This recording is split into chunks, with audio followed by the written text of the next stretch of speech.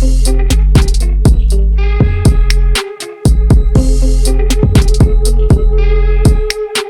right, our next video is going to be talking about billing customers and cash collection.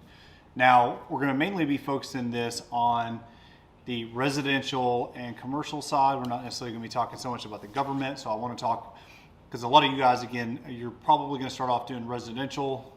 Obviously, by the end of this video series, we're going to have you maybe looking at other options on doing residential in the future. Even if you're wanting to start off doing residential, we're obviously going to be pushing you into doing commercial in the future. But here we go on doing billing and cash collection.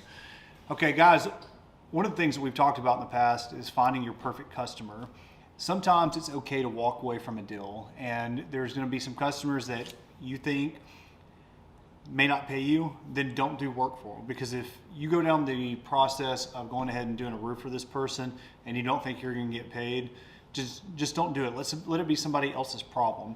I'll kind of tell you a funny story. My business partner would not find it very funny, but I find it funny now.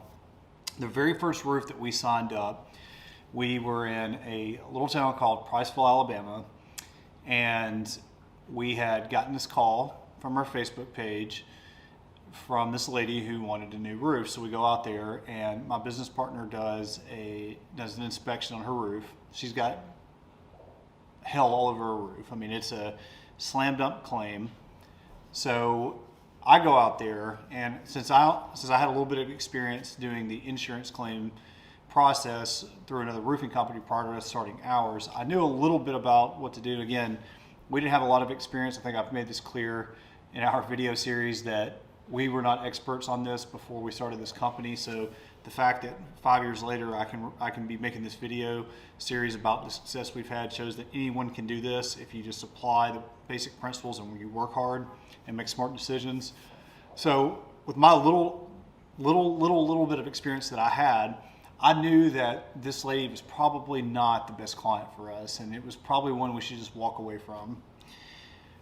But my business partner was like, man, are you crazy? Like, this is going to be like a $10,000 or $12,000 roof. It's our very first one. Keep in mind, we're in North Alabama, so the price per square here is much lower than what it would be if you're in a major metro like Chicago or New York or San Francisco. Like, obviously things are a lot cheaper here, so don't worry about the price per square so much, but understand that this is going to be a big job for us. We were planning on making like $3,000 on this roof, which, when you first start a company, it's like, oh my God, that's $3,000 in cash that we're going to make out of profit on this. How awesome.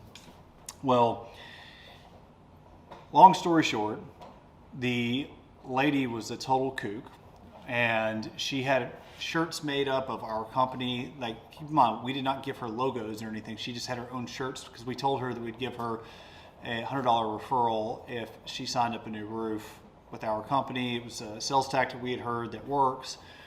Long story short, again, it just ended up being a nightmare. We ended up not getting paid on the back end. She owed us money for years, like 3 years. She said she had a leak on her roof, and she wanted us to come out and fix it, even though she never paid us totally. So obviously we didn't go out and fix her roof, even if there was an issue, because we don't think that there was. The point is, like, she was a horrible first client for us to have, but it was a good learning curve at the same time. So maybe it was a really great client for us to have to understand who you should go after and who you shouldn't. So when you come up with your perfect client, understand that when it comes to billing customers and cash collection, making sure that you're working with the right customers is really going to play a lot into making sure you get paid.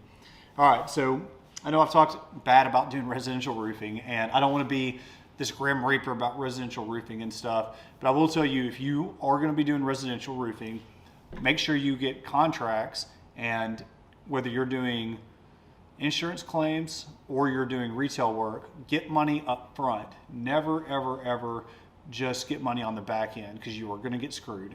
I'm telling you, you're going to get screwed. You're going to get screwed. And if you're like, oh, Zach, don't worry, I'm not going to get screwed, it's never going to happen to me. Listen, you're going to get screwed, okay? You're going to get screwed. It's just part of doing this business. Now, if you do get screwed when it comes to bill collection, you have to find ways that you can collect your money. And it can't be personal. It's just about business. There's a few ways that you can do that. One, is you can hire a bill collecting company to do that. If you have an outstanding invoice and someone's not paying you, you can pay a bill collection person. And I know hiring a billing collector for some people is like, I would never do that. Well, guys, when it's your money and you're trying to get cash back in your pocket, sometimes it's worth, hiring someone to collect the money for you so you're not having to pay that. So here's the thing is you only have a finite amount of time. Do not waste your time chasing money. We wasted a lot of time chasing money.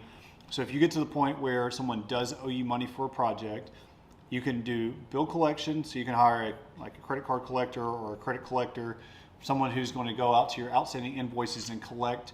Let's say, Miss Jones owes you $3,000 for, the second half of a project that she never paid. You can just hire somebody else to do that work for you. Now they're going to take a percentage of the profits, but it's out of your hands and they're taking care of it. Okay. The next option is you can file liens on people's properties. You can file mechanics liens.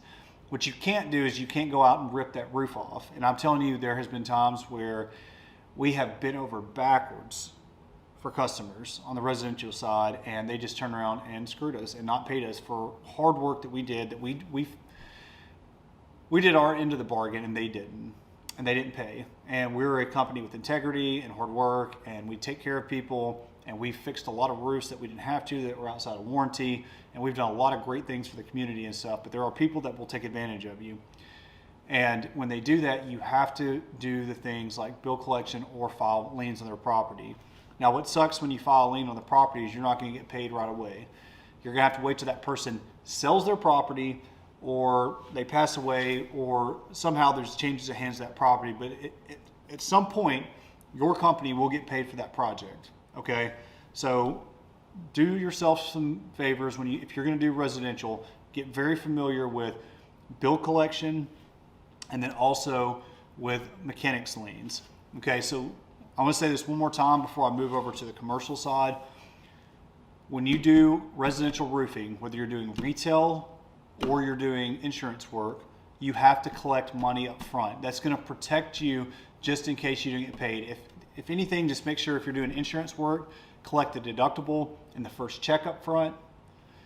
Then you're going to try to get paid on the RCV check after it's over, and any extra billing that you have, if you have extra money that ends up going on the job with change orders. Now, if you're doing retail work, I would definitely recommend getting paid at least half up front and then half after the job's over. And guys, make sure you have contracts. Every person needs to sign a contract. You need to have contracts with your subcontractors, and you have contracts with the homeowners. Never, ever, ever do a roof without a contract, ever. Because if you don't have a contract signed and you're just like, oh yeah, this guy said that I can do the roof, you're going to get screwed. There's no way you can win in court. There's no way you can do any bill collection. You can't file a lien if you don't have a contract. So get a contract signed. Okay. Now, I told you guys in one of the previous videos that I read a book called Good to Great, and that was the reason why we decided to stop doing residential and start doing all commercial work. Okay. The reason that we moved over to doing commercial work is we found affordable housing ended up being a really, really good option for us. And I'm going to tell you guys the secret on being able to get affordable housing, towards the end of the video in our final thoughts. Because I want to give you guys some tips on some things that made us successful. And don't worry, you're not going to be competitors of ours anyway. We're going to be working in different markets and going through different customers, so it really doesn't matter. I do not mind opening up the secrets of the trade. Now, the reason we started going with mainly doing commercial work is because we got tired of chasing money on the residential side. We had contracts. We had all the things I'm telling you about, but it didn't fit our business model because, again, we wanted to do a lot of traveling and work less with less stress, and we fell on the residential side. All that, we found it very stressful. So the reason we started doing commercial work mainly was to lower stress and increase profits, and that's exactly what happened.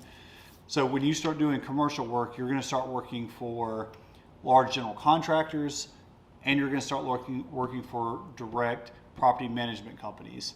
These people are not paying with their personal money. What they're paying with is money through the company.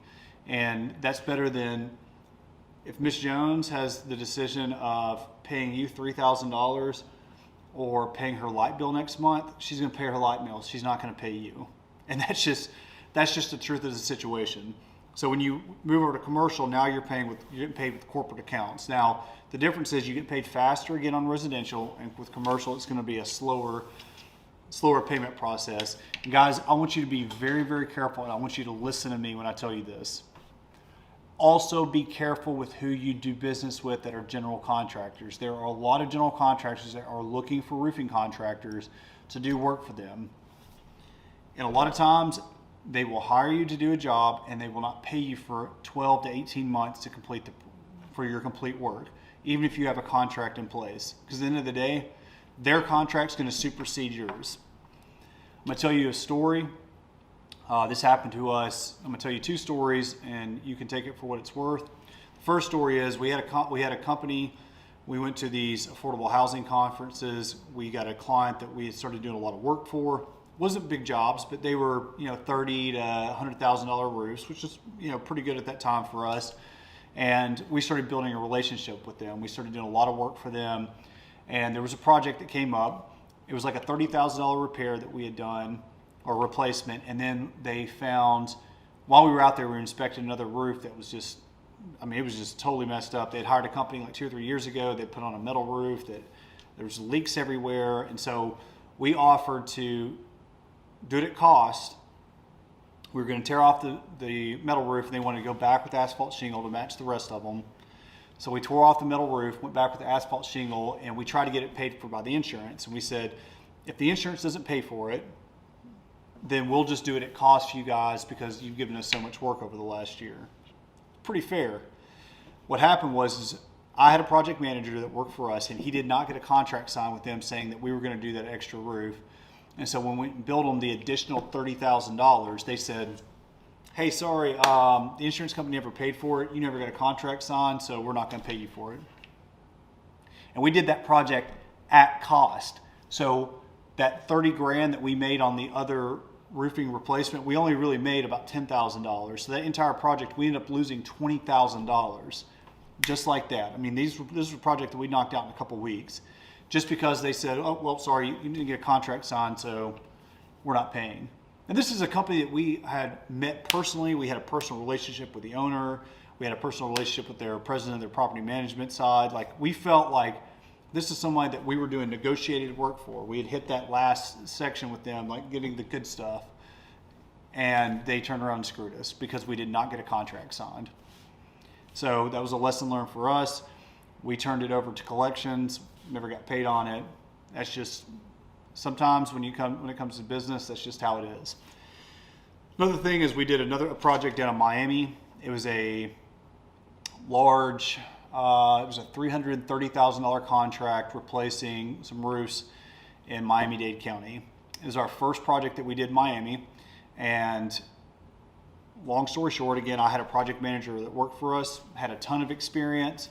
The guy was the lead project manager at the Tampa airport roof replacement. So we felt like we had hit the jackpot when we hired this guy.